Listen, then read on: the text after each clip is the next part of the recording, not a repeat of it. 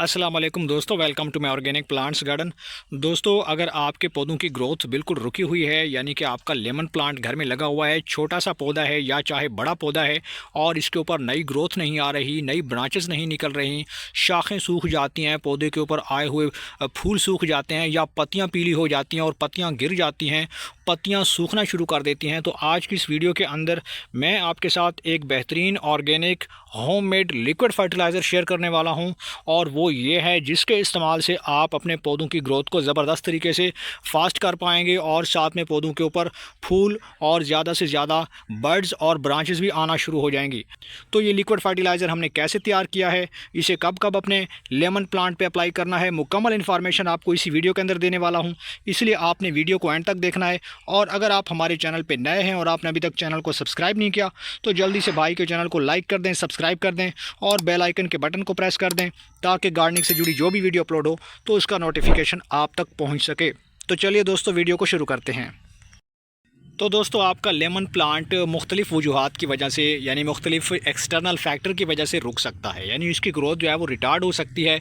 और अगर आपके पास मेच्योर लेमन प्लांट लगा हुआ है किसी बड़ी जगह पे, तो उसके ऊपर आए हुए फ्लावर्स सूख जाते हैं, गिर जाते हैं और उनसे बिल्कुल भी लेमन नहीं बन पाते, तो उसके पीछे 2 से 3 बड़ी वजूहात हो सकती हैं। सबसे पहली बात यह दोस्तों कि अगर आपने किसी बड़े लेमन प्लांट को जो मैच्योर हो चुका है, उसके ऊपर काफ़ी सारी ब्रांचेस भी आ चुकी हैं और फ्लावर्स भी आ जाते हैं लेकिन वो सूख जाते हैं या गिर जाते हैं, तो सबसे बड़ा जो इसका फैक्टर है वो ये है कि जिस गमले के अंदर आपने इसे लगाया हुआ है वो छोटी स्पेस रखता है, यानी कि छोटी सी जगह पर आपने अपने पौधों को लगाया हुआ है जहाँ पर कम मिट्टी है, कम खुराक है, कम उसके अंदर खाद है, जिसकी वजह से आपका पौधा एक जगह पे रुका हुआ है और उसका जो रूट बॉल है नीचे से ना वो ग्रो कर पा रहा है, ना बढ़ पा रहा है और ना ही इनकी जड़ें जो है वो अच्छे से न्यूट्रिएंट्स को इनटेक कर पा रही हैं, क्योंकि जड़ें जो है वो एक तरह से बाउंड हो चुकी हैं। जब जड़ों का फैलाव रुक जाता है तो फिर पौधे को कम न्यूट्रिएंट्स मिलते हैं, यानी पौधा थोड़ी खुराक हासिल करता है और उसी की वजह से आपके पौधे के ऊपर ना तो ब्रांचेज आती हैं, ना फ्लावर्स आते हैं और ना ही उनके ऊपर किसी तरह का कोई लेमन लग पाता है। तो ये पहली बात है। तो कोशिश करें दोस्तों कि आप जब भी अपने लेमन प्लांट को किसी भी गमले के अंदर लगा रहे हैं तो उसका आइडियल साइज़ गमले का जो है वो कम से कम 18 से 24 इंच के दरमियान होना चाहिए। अगर इससे छोटे पे लगा देंगे तो फिर आपका पौधा ग्रो नहीं करेगा, जिसके नतीजे में आई हुई पत्तियां गिर जाती हैं, पीली हो जाती हैं और आपका पौधा वहीं पर रुक जाता है। इसके अलावा दोस्तों, दूसरा बड़ा फैक्टर ये है कि जब भी आपके लेमन प्लांट के ऊपर फ्लावर्स आ रहे हों तो आपने ये गलती नहीं करनी कि पानी आपने भर भर के नहीं देना, ओवर वाटरिंग आपने नहीं करनी। कोशिश करें कि पानी जो है वो ऐसे टाइम पे दें जब पौधे की मिट्टी सूख जाए, हार्ड हो जाए, तभी आप थोड़ी सी गुड़ाई करने के बाद पानी दे सकते हैं। और बाज़ दफ़ा जो है आपके पौधों के पत्तियों के ऊपर इंसेक्ट्स का या पेस्ट का अटैक हो जाता है, तो उनको कंट्रोल करने के लिए आप किसी भी तरह का कोई भी ऑर्गेनिक जो आपके पास फंगीसाइड है या पेस्टिसाइड है, आप कम से कम 15 दिन में एक बार अपने पौधों के ऊपर इससे स्प्रे कर लें, तो आपके पौधे जो है वो इंसेक्ट के और पेस्ट के अटैक से बचे रहेंगे।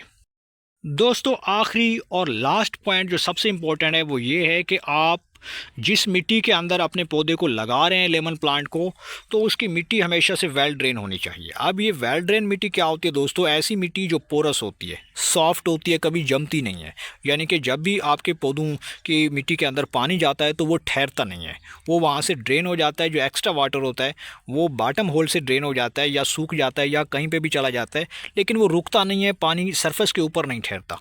अगर पानी आपके पौधों की गमलों के अंदर, मिट्टी के अंदर आधे घंटे से ज़्यादा टाइम में रुका रहता है, तो आप समझ जाएं कि आपके पौधों की मिट्टी बिल्कुल भी हेल्दी नहीं है, वो हार्ड है, उसका सॉइल स्ट्रक्चर बेकार है और वो बेकार किस्म की मिट्टी है जो आपके पौधों को नुकसान दे सकती है, फ़ायदा नहीं देती। तो आपने मिट्टी कैसे वेल ड्रेन करनी है, या आपकी हार्ड मिट्टी है तो उसको सॉफ्ट कैसे करना है, काफ़ी सारी वीडियोज़ मेरे चैनल पर मौजूद हैं, आप चेकआउट कर सकते हैं। आप अपने पौधों की मिट्टी को ज़रखेज़ बना सकते हैं, न्यूट्रिएंट्स रिच बना सकते हैं, आप बहुत सारी वीडियो से इस्तेफ़ादा कर सकते हैं। तो दोस्तों, वेल ड्रेन मिट्टी बनाने के लिए सबसे पहले जो इसका आम सा फार्मूला है वो यही है कि आपने भल मिट्टी लेनी है। भल मिट्टी आमतौर पे जो है वो नर्सरियों से मिल जाती है और ये ऐसी मिट्टी होती है जिसके अंदर रेत जो है वो नेचुरली मौजूद होती है। रेत के ज़रात होते हैं ऐसी मिट्टी के अंदर जो कि जमने नहीं देती वो रेत, और मिट्टी हार्ड नहीं होती, कंपैटिबल नहीं होती। उससे आपके पौधों की मिट्टी जो है वो वाटर रिटेंशन भी रखती है और उसके अंदर हवा का गुज़र भी रहता है, जमती नहीं है और ऐसी मिट्टी जो है वो हमेशा नरम बनी रहती है, जो आपके पौधों को ज़्यादा से ज़्यादा जड़ों को फैलने में मदद करती है और साथ में न्यूट्रिएंट्स को प्रोवाइड करने में मदद करती है। तो ऐसी मिट्टी आप तैयार करें। 50% आपने भल मिट्टी लेनी है और भल मिट्टी के अंदर आपने 50% कोई भी ऑर्गेनिक कंपोस्ट ऐड कर देना है। ख़ास तौर पे अगर मैं बात करूं तो गाय के गोबर का जो खाद होता है वो आप डाल सकते हैं, या फिर आप वर्मी कंपोस्ट डाल सकते हैं। दोनों में से एक आप डाल सकते हैं। इस तरीके से आप उनको अच्छे से मिक्स कीजिए। तो इस तरह की मिट्टी में जब आप पौधा लगाएंगे तो आपके पौधे की ग्रोथ सबसे अच्छी चलेगी और वही मिट्टी जो है पौधों के लिए पसंदीदा होती है। अब बात कर लेते हैं दोस्तों कि आपके अगर पौधों की ग्रोथ रुकी हुई है और आप फर्टिलाइज़र दे रहे हैं लेकिन उसका कोई असर नहीं हो रहा, तो ये प्योर ऑर्गेनिक लिक्विड फर्टिलाइज़र है। इसे अपने पौधों पे अप्लाई करते ही आपके लेमन प्लांट के ऊपर काफ़ी सारे फूल आएंगे, फ्लावर्स आएंगे, ब्रांचेस आएंगी और पौधा आपका लश ग्रीन घना बनेगा और ज़्यादा पत्तियां और ज़्यादा से ज़्यादा आपके पौधों के ऊपर बड़े साइज़ के लेमन भी लगना शुरू हो जाएंगे। अब ये लिक्विड फर्टिलाइज़र कैसे तैयार हुआ है दोस्तों, तो इसके लिए आपने करना ये है। तो दोस्तों यहाँ पे आप देख सकते हैं मेरे पास चंद छिलके हैं केले के। तो केले के छिलकों को फेंकिए मत, ये एक किचन वेस्ट है और ये बहुत ही इंपॉर्टेंट रोल प्ले करता है पौधों की खाद बनाने के लिए। इससे ऑर्गेनिक कंपोस्ट तैयार होती है और इससे ऑर्गेनिक जो लिक्विड टी होती है वो तैयार होती है। और वो टी ये है जो मैंने तैयार कर रखी है, ये लिक्विड टी है। इसी बनाना पील से मैंने तैयार की है दोस्तों, और इसे आप आसानी से तैयार कर सकते हैं।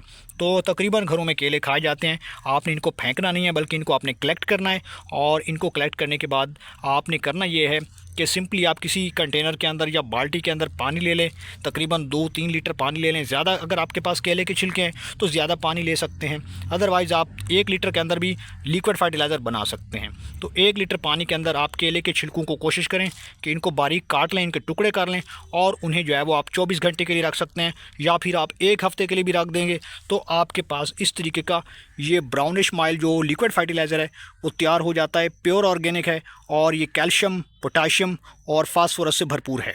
तो दोस्तों अब बारी आती है कि इस लिक्विड फर्टिलाइज़र को तैयार करने के बाद हमने अपने पौधों में किस तरीके से इसे अप्लाई करना है। लेमन प्लांट के लिए ये फर्टिलाइज़र बहुत ही ज़बरदस्त है और बहुत अच्छे से काम करती है। ऐसे पौधे जिनके ऊपर फ्लावर्स तो आ जाते हैं मगर वो चंद एक फ्लावर्स खिलते हैं उसके बाद वो सूख कर गिर जाते हैं, तो उनके लिए ये लिक्विड फर्टिलाइज़र बहुत ही ज़बरदस्त काम करती है। अब इसका करना यह है दोस्तों, यहाँ मिट्टी के अंदर हल्की सी गुड़ाई कर देते हैं।